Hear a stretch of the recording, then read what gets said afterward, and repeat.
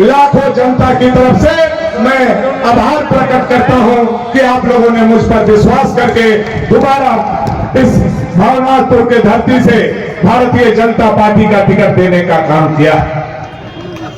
बहुत सारा बात नहीं कहते हुए, चूंकि हम अतिथि को सुन रहे हैं, बहुत लंबे समय से लगातार 2 घंटे से यह रैला चल रहा है और बहुत दूर दूर से कोने कोने से हम लोग इकट्ठा हुए, और जब इकट्ठा हुए और जब यह जनसैलाब देख रहे हैं तो यह जनसैलाब झारखंड सरकार के परिवर्तन के लिए उमड़ा हुआ जनसैलाब है, जो हेमंत सरकार को सत्ता से हटाने आई है और भाजपा की कमल खिलाने आई है। यह हेमंत सरकार जो पिछले 5 साल से सत्ता में विराजमान है, लूट की कहानी, झूठ की कहानी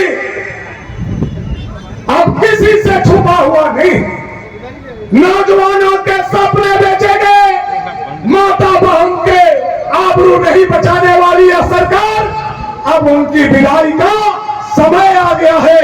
यह भवनाथपुर में उमड़ा हुआ जनसैलाब बता रहा है कि आज से हेमंत सोरेन जी का काउंटडाउन शुरू हो गया है और आने वाला समय में कमल का फूल झारखंड के सत्ता में लहराने वाला है।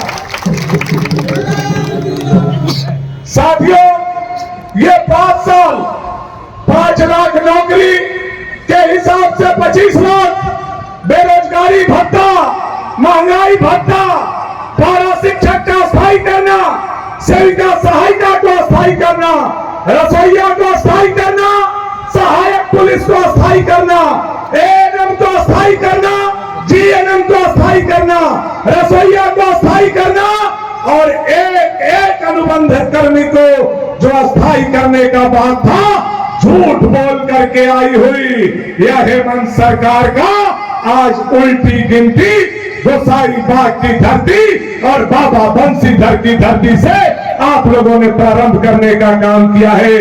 इसके लिए मैं आप लोगों का आभार प्रकट करता हूं, आप लोगों को धन्यवाद देना चाहता। यह सरकार 5 सालों में क्या किया नहीं किया आपसे छुपा हुआ नहीं।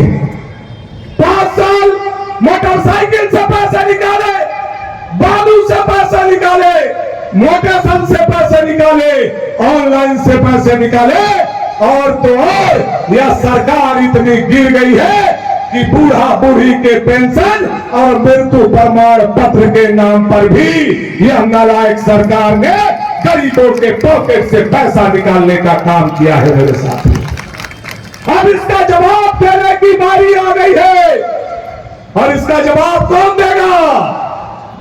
कौन देगा? कौन देगा? आप लोग देंगे, भवनाथपुर की जनता देगी और झारखंड के नौजवान देंगे और भवनाथपुर की माता और बहन देगी। साथियों, यह सरकार के विदाई का घड़ी आज आप लोगों ने लिखना शुरू कर दिया। याद कीजिए, यही आकर के मुख्यमंत्री की धर्मपत्नी मैया समान योजना का बड़ा बड़ा बात बोल रहे थे, लेकिन देश के प्रधानमंत्री नरेंद्र भाई मोदी जी ने यह घोषणा किया है कि जब भाजपा की सरकार आएगी तो 2 दीदी योजना लागू करके 18 साल से लेकर के 60 साल तक के सभी माता बहनों के खाते में 2100 हर महीना के 11 तारीख को डाला जाएगा। यह मोदी का गारंटी है, मोदी का गारंटी है। मोदी तो पुनः उज्ज्वला गैस बांटा जाएगा और जो गैस सिलेंडर का दाम 1100-1200 रुपया हो गया है, उसको 500 रुपया में दिया जाएगा। यह मोदी जी का दूसरा गारंटी है, मात्र 500 रुपया में उज्ज्वला गैस आप लोगों को, सारे दीदी लोगों को दिया जाएगा। तीसरा गारंटी है कि जो 60 साल से लेकर के 100 साल तक के लोग हैं जिनको 1 1000 रुपया पेंशन मिलता है, उनका पेंशन 2000 रुपया कर दिया जाएगा। यह मोदी जी का तीसरा गारंटी है। और चौथा गारंटी है, पूरे झारखंड में 22 लाख घर मिट्टी के बचे हुए हैं। मिट्टी के, अगर भाजपा की सरकार आएगी तो मोदी जी के पंचप्रण में 22 लाख घर 2027 तक मिट्टी के नहीं रहेंगे, वो पक्का के कर दिए जाएंगे। ये नरेंद्र भाई मोदी का चौथा गारंटी है। सरकार ने बालू को सोना बनाने का काम किया। हमारी नदी, हमारा नाला, हमारा बालू, और उस बालू पर पीडीओ, सीओ, एसडीओ, दरोगा, पुलिस को बैठा करके बालू से हमको दूर करने का काम किया है। झारखंड में भाजपा का सरकार आएगा तो जनता के लिए बालू को फ्री कर दिया जाएगा। यह गारंटी नरेंद्र भाई मोदी भारतीय जनता पार्टी का है। मैं आपको बता दूं, साथियों, यह गारंटी के साथ साथ इस क्षेत्र का गारंटी भानु प्रताप शाही आप लोगों के बीच में खड़ा है। मैं आपका गारंटी हूं। हमारे केशव भाई साहब आए हुए हैं। भाजपा की सरकार झारखंड में बनेगी। मैं विश्वास के साथ मोदी जी के तरफ से, बाबूलाल मरांडी जी की तरफ से एक बात जरूर कहना चाहता हूं अपने क्षेत्र के लोगों के लिए। मैंने 25 साल क्षेत्र का सेवा किया है। सड़क, पुल, पुलिया, स्कूल, बिजली के समस्या से निजात दिलाया है। लेकिन अभी भी पानी और पलायन से निजात दिलाना भानु प्रताप शाही का पहला प्राथमिकता है। यह मैं आप लोगों को वचन देता हूं। भाजपा की सरकार आएगी तो जो हमारा टाउनशिप में सेल का जमीन है उस पर इंडस्ट्रियल कॉरिडोर खुलेगा। दुनिया का कोई ताकत नहीं रोक सकता है। यह मैं आपको बताना चाहता हूं।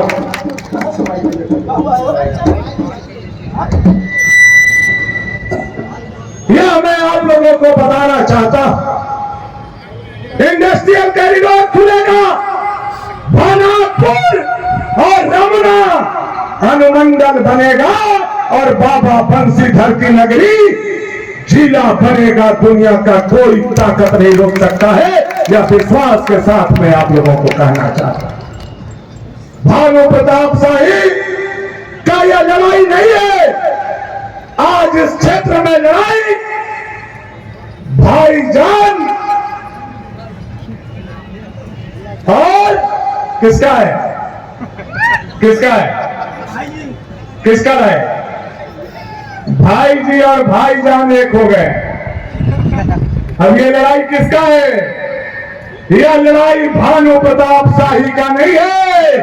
यह लड़ाई भारतीय जनता पार्टी का एक भगवाधारी का है। एक सर पर भगवा बांधे हुए लोगों का है। यह मैं कहना चाहता हूं।